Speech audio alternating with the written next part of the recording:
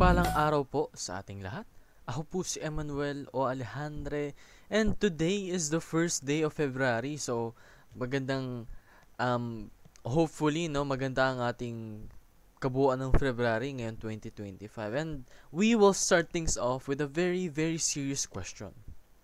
Nalulungkot ba ang Diyos? And this aligns with the topic of blessedness of God.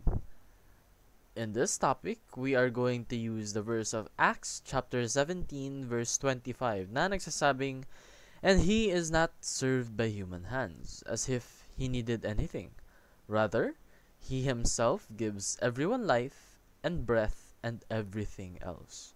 Sa Tagalog, hindi rin siya nangangailangan ng anumang tulong o paglilingkod ng tao, sapagkat siya mismo ang nagbibigay ng buhay, hininga at lahat ng bagay sa sangkatauhan. So if it isn't clear enough, ang pinipertain po ng verse na to is si God.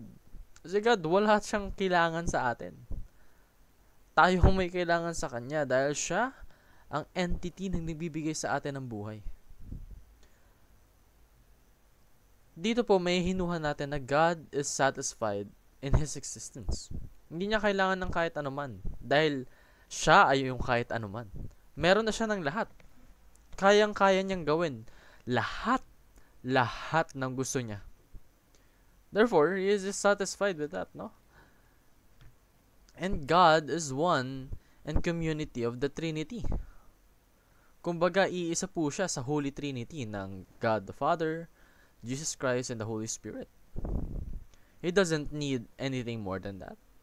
In fact, He already has everything. So God made us for His pleasure and to share His joy. Dahil siya ay mahabagin na Panginoon. Ginawa niya tayo upang i-share yung kasiyahan na nararamdaman niya, nararanasan niya. So do not be entitled as if God owes you something. God doesn't owe us anything. In fact, we owe God for giving us this opportunity, this life.